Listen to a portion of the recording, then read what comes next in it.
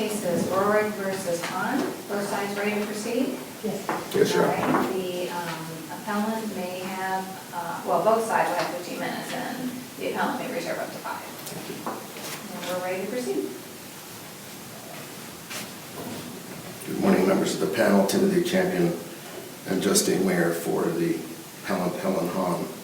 This appeal arises out of a trial in which a written opinion was issued, and the appeal asserts that the trial court misconstrued the Do you want applicable... to save, I'm sorry, Mayor, do you want to save some time? Yes, I'll try 5 to minutes. keep track of what you tell me. 5 minutes, thank you. That's fine. Misconstrued the facts and applied an erroneous legal standard. In the instant case, the appellee, Amelia Rohrig, held herself out to be and acted as her mother's attorney. In fact, on the trial court it was established that she had an instrument which she held out to banks and insurance companies and other institutions, which asserted that she had her mother's power of attorney to handle her financial affairs. There was testimony that she had handled her mother's financial affairs for some time, over a course of years, paying her bills, taking receipts of funds, and making other payments and overseeing her mother's expenditures. This alone would be sufficient to establish that a fiduciary relationship existed under the current law. And in that circumstance, the burden falls upon the fiduciary to show that any transactions that relate to transfers of property from the principal to the agent are suspect, and the burden falls upon the agent to show that they did not involve self-dealing. Counsel, how did that position find itself in the record before the trial court? I understand that there was a trial. Was there some kind of pleading filed, or did you raise that argument at the time of trial before the trial court? It arose in 3 places, Your Honor. The first was in the depositions, which were taken prior to trial and which were submitted with other evidence. The second was in the testimony of the appellee at several points in the trial with regard to the extent of her involvement in her mother's financial affairs, which occurred after her stepfather's death and went for approximately 2 years. And then in the introduction of evidence, this instrument, which she purported was signed by her mother, notarized, and sent to these insurance companies to instruct them to send the proceeds of these insurance policies, which paid as a result of her stepfather's death, to her mother. She sent those to these insurance companies, and they issued checks sent to the appellee at her Mineral City address. And Perhaps I didn't make myself clear. I wasn't speaking of the proof that's in the record. okay. What I was speaking to was whether or not your client raised before the trial court the issue of fiduciary capacity and the impact that that has on the standard of proof. Oh, certainly, yes. Okay. That was done during the course of the trial in a number of objections and in the closing argument, where the standard was set out.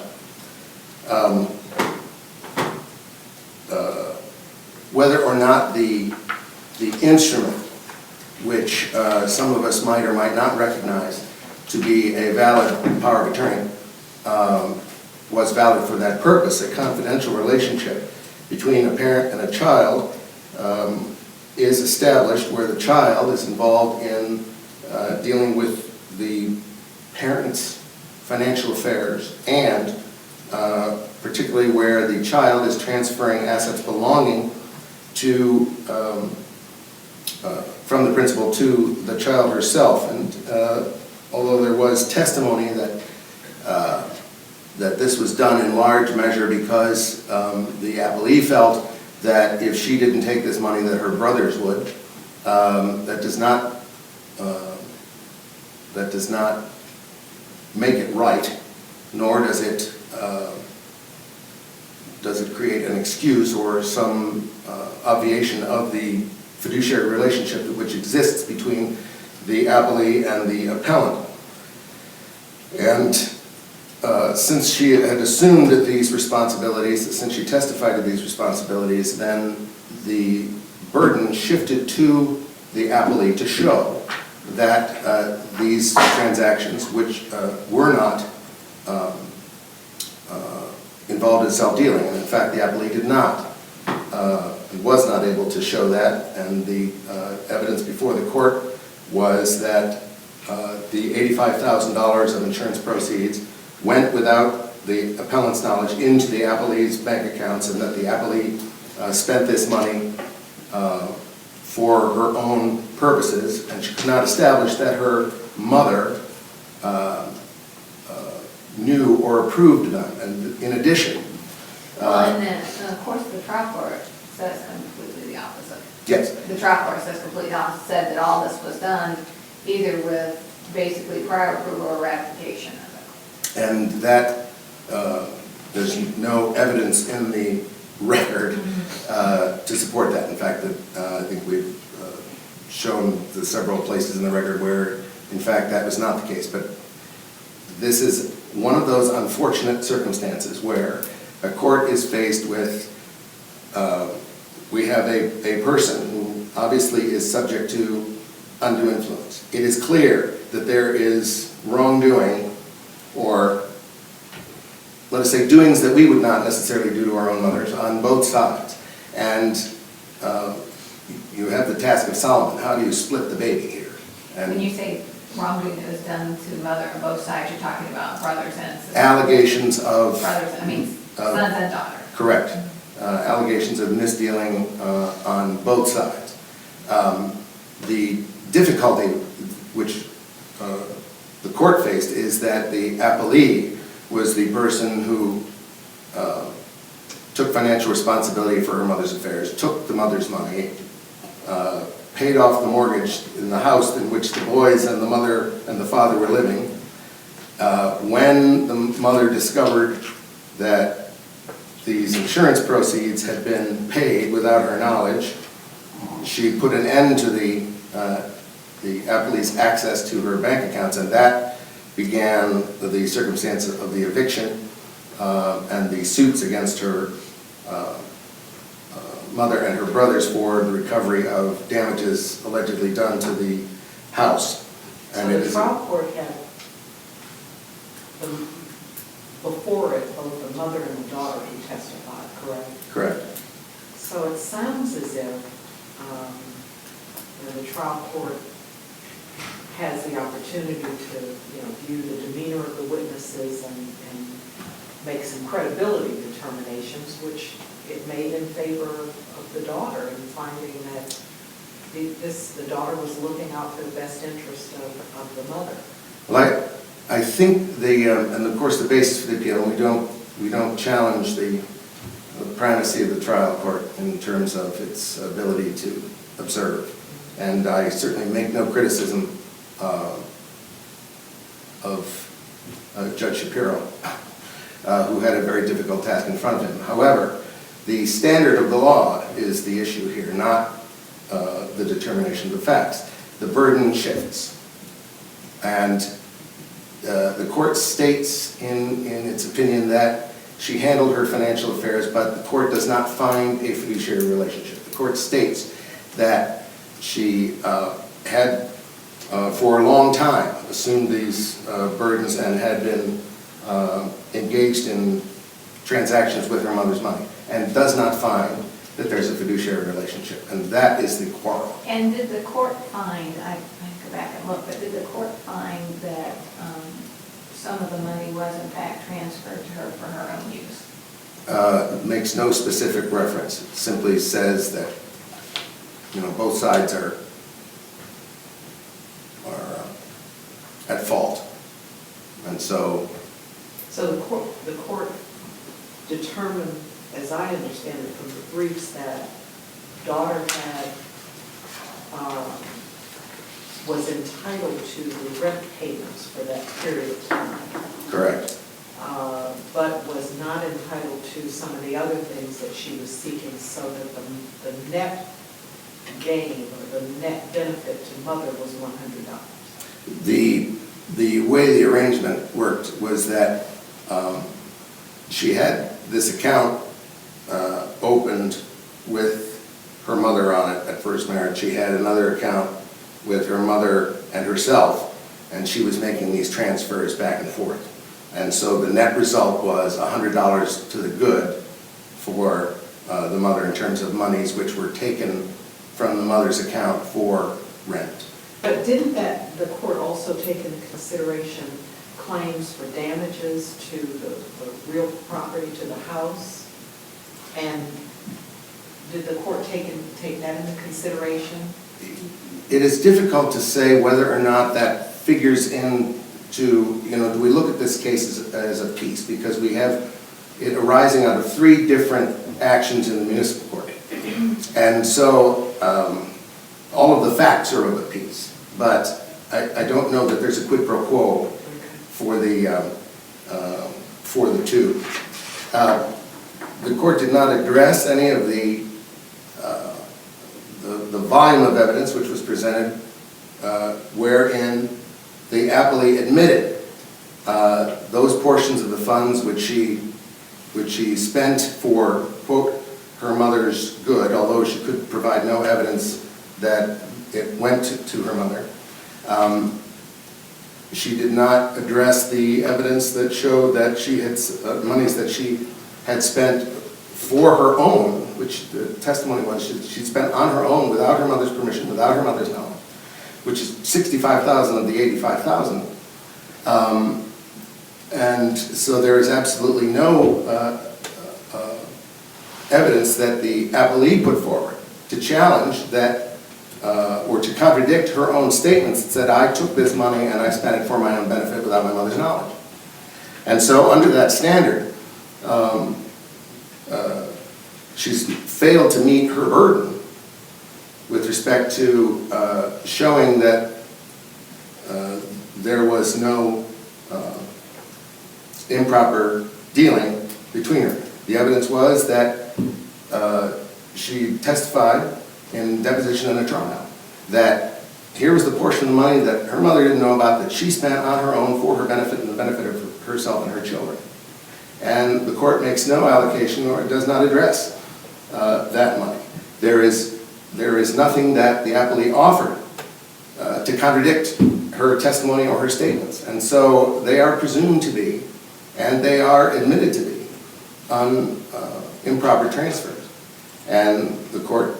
Well, that presumes that this court agrees with the position that you take with respect to the instrument and what impact that has on her fiduciary status. With respect, Your Honor, it's the position that this court has taken with respect to the fiduciary law. Well, we've taken that, I believe, where there has been an attorney,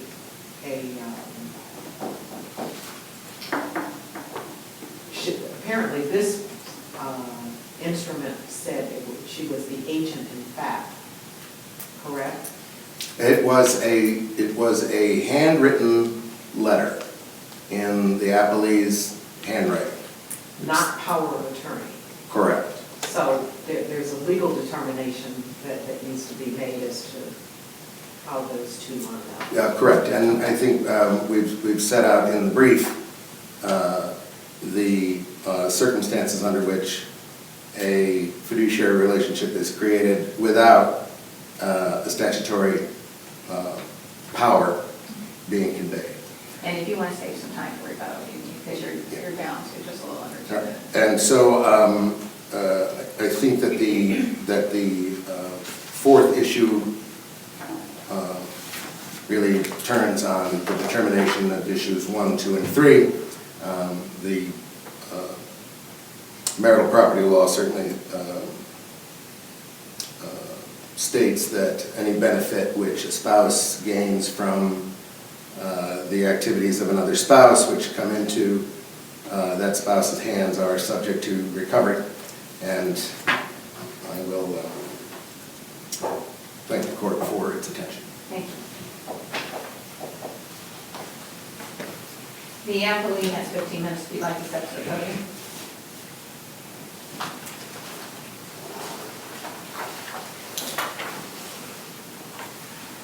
Good morning. Good morning. First off, it's been long in coming. I've been going on this roller coaster for over 3 years now. I would also like to ask you honorable judges to give me direct evidence as far as my stepmother here. And also, I believe it's called laying the foundation of evidence that I have found. Also exhibits, elements of crimes. And I have spent a lot of time putting this together. Most of it you have probably already seen. Some of it has not been seen. And it just goes to show that the incriminating evidence that I have here today is towards Champion and Winger and my 3 brothers. Now one is deceased. I feel that my mom is owed for you to look at these documents. Well, It is ma'am, let incriminating. me interrupt you if you don't care, because maybe we can be on the same footing. Anything that was not given to the trial judge at the court proceeding, we cannot look at. I understand. I didn't have time to file a motion of continuance due to the fact I was just given these documents on Saturday of last week. Otherwise, I would have, but the time frame didn't allow it. I wanted the evidence in my hands, concrete evidence, which I had just received. I spent days putting this together. So that And you I'm see sorry, it. but it wouldn't have mattered whether you gotten a continuance or not. The point is, if you didn't show it and introduce it into evidence at the court below in front of Judge Shapiro, then we cannot receive it or look at it. Okay. It has to be in the record. Some of it is. Okay, then that's fine. If it's in the record, then we'll review it, because we'll look straight through the record and go through everything with a fine-tooth comb. I want you to be assured of that. Okay. Anything that's already before the court, we'll look at. What if it has to do with corrupt practicing, illegal activity that I can prove here today? Well, you might have other causes of actions, you might have other recourse, but I can't advise you. That would be something you would need to look into, and you would need to either get an attorney or whatever. But all we're dealing with here today is what happened at the court proceeding that is on appeal. Okay, as far as the fiduciary agreement, there was none. From as far back as 1989, when I had my mom put on my checking account because my first husband passed away, I wanted my mom to have access to my funds so that my kids could be taken care of. It was always my mother calling her daughter, asking her for help. Back in 2008, when we purchased the home on 18th Street, my mom called me crying. They were going to lose the home. I talked to my husband. We were looking for an investment at that time. Did we really want an investment an hour away from us? No. We chose to purchase the home.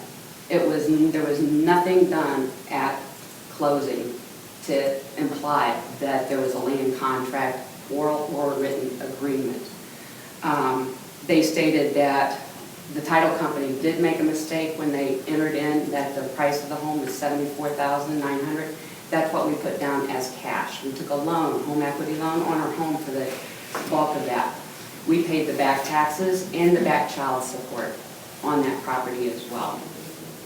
Okay, so you're saying all that came from your independent money, not a penny of it came from Mom's? No, not a cent of it. Okay. There too, when my brother Dan came back up to Ohio after 30 years, he came to work for us.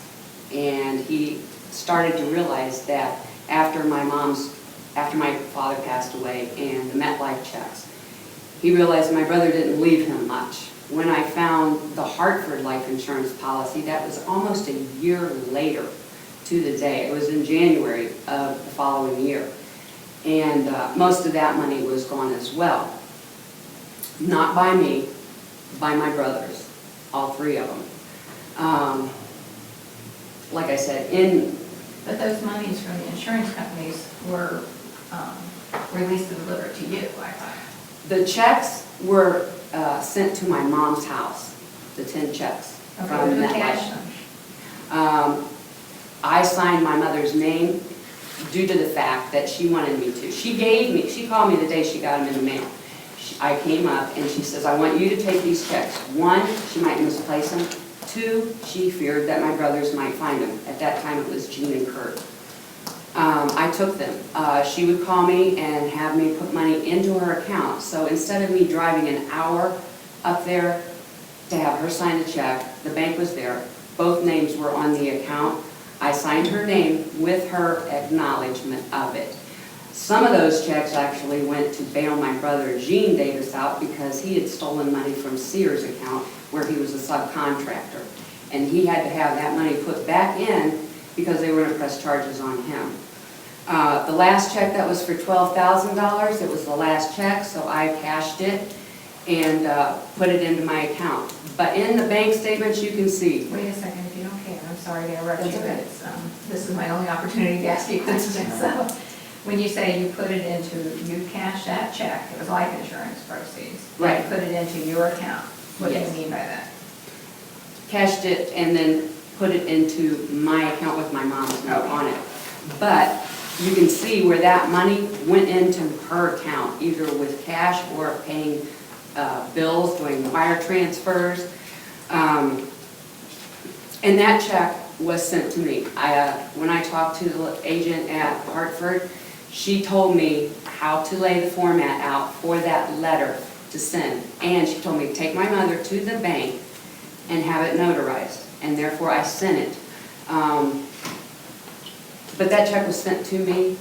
Well, I don't know what evidence was presented at the hearing or not, but if you received the check directly to you and had it cashed, I understand you put it into the joint account for both of you that went to your mom's use. I understand your argument.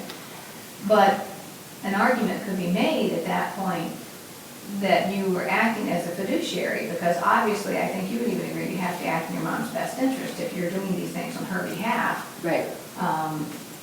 To help her. But when I got that check, I went up to Akron, to my mom's house, took her to the bank, and she signed it, and they notarized that. She signed it and had it put into my account with my mom. I did not sign the check for $64,000. I did sign the check for the $1,661 that came later, which is the money that I got Hartford to reimburse my mother because she had been paying the proceeds for the life insurance that they automatically took out of her account for almost How a many year. checks were altogether, 3 or 4? There were the 10 checks from MetLife, then there was the $64,000 check from Hartford, plus the $1,661, which was reimbursing my mother for that, where I signed that check and it went directly into her account. They also never brought up the fact that it took me 2 weeks to gather up all the papers, which my brother accused me of coming in and swooping them up. It took me 2 weeks to find enough receipts and documentation to get my mom back $11,900 and some from the Ford health reimbursement. That went directly into my mom's account. Now I wish I had put it into my account with my mom's name on it, because as soon as my brother hit that ATM and saw what the balance was, it was gone. As soon as the money went in there. And then, Let me interrupt you just for a moment. Counsel for your mother took your deposition right, at some point prior to trial. You remember that? yes, I do. And that, transcript of that, I believe, will be in the record, so we'll have an opportunity to review that together with the transcript of the trial. But one of the things that counsel has indicated is that you were asked questions about monies that were released to you for which you spent on yourself without your mother's knowledge. I believe you said some $65,000. Is that what we're going to find in the transcript? No, that's pure ludicrous. None of my mom's money went to me, none of it. She helped my son and daughter out, and she told me at the time that it was her way of paying me back some of the money that I have lost since '89, because I have helped this family out financially throughout the years, for paying the back taxes, the back child support. The house is sitting empty now. We're taking a loss on that house because of my brothers and because of these attorneys. Could I interrupt for just Sure. a second too? Maybe I misunderstood Judge Moore's question, but I think she was asking you what you actually said at the time of the deposition, though, not just, I mean, you seem to be answering her question as to what transpired and what didn't, but did you in the deposition, when you were there with the attorneys, say that you had received some of the funds? By receiving some of the funds, personally, no. No money went to me. And as far as, And that's what you said in the deposition? Yes. Okay, all right. and as far as the back rent, there too, when we were scheduled to have a hearing with Judge Parker, Judge Shapiro sat in. He didn't actually know the case well enough, I don't think, to be awarded my mom $100, because he saw $2,700 in back rent for 3 months. And he put like 28 months together using the $100 that she was supposed to be paying towards her debt to me.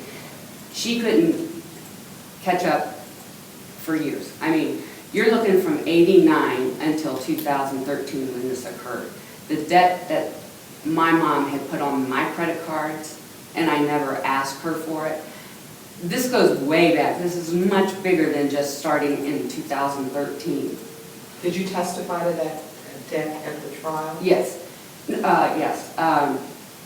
There too, that's when my brother started putting together, because he didn't get in on it, and he actually was working with us at the time, and he had a motive when he was working for us. We became a victim. We became a target. They saw what we had. My brother saw our assets. My husband makes a very good living. We own several properties, a 6-unit apartment building, and they focused in on our assets. They were going after us. They figured that we wouldn't evict my own mother, but my husband and I refused to sit there and let these 3 drug addicts abuse our finances in such a manner. So we did have my mom evicted. My mom has dementia. The stage of dementia, if you look, to accelerate her stage of dementia is moving. She was forced to move. Loss of a spouse. She lost a spouse. Loss of a child. She lost a spouse. She also found my deceased brother months before, where he had OD'd and unresponsive, and she called me to help her because she couldn't even make the 911 call. So this family is much bigger than just starting in 2013. But your mom has not been declared incompetent. Yes, she has. I have the statement where I actually called around and made an appointment with Dr. Bren, who diagnosed She her. doesn't have a guardian? No. And also, So it hasn't been a declaration of incompetency from a probate court or anything? I believe it was submitted, because I know it was submitted when Well, that I... may not be in the record anyway. I just was wondering if there's any evidence presented. Yes, yes. And that was done on September 29th. And also, on October 15th, I put in an application for guardianship for my mother. My brother knew then that if I got guardianship, I was going to go after him. And on October 20th, my brother Dan, along with Champion and Winger here, oversaw my mom signing of a will. And Okay, Winger hold it, also, hold it, hold it. Was any of this, it should have in the been my record? attorney. listen to my question. Is any of this in the record before Judge Shapiro? I don't remember, no, it wouldn't have Okay, been. then we can't consider it. All right. You only have less than a minute, so why don't you wrap up as to what you want us to do? There was no fiduciary agreement between my mother and I ever. My mom always called me and asked for my help, and I was always there for her. She asked me to put the money in my account with my mother so that my brothers wouldn't see it. If you look at what happened to the checks, when she told my brother, Kurt Davis, that the money was in my account, I would pay bills as normal through her account. And when he knew that money was in there, I would mail the bills, they would go overdrawn because he knew I would take it out of this money and put it in her money, her account, where you can see the transaction. I didn't take any money for myself, not one dime. And I still... Thank you, you're out of time, I'm sorry, but thank you very much. And the court will look at everything and Can I just say one more thing? wrap up real quick. I also feel that we should be awarded, we shouldn't be penalized for what my mom's attorneys and my brothers have done to my husband and myself, and I feel that we should be awarded the back rent, the damages, and the attorney fees. We didn't start this, we didn't cause this. It was 3 grown, unemployed, grown men that were addicts, and these... We understand what you're arguing. Thank you. Thank you. You have just over a minute, Mr. Champion. Thank you, Your Honor. I would just say 3 things in closing. Number 1, the testimony that you have just heard asserts that there's a fiduciary relationship and then denies that there's a fiduciary relationship. If you look at the transcript and if you look at the depositions, you'll see that all of the requisites for a fiduciary relationship, which would have shifted the burden of proof, were established and were before the court.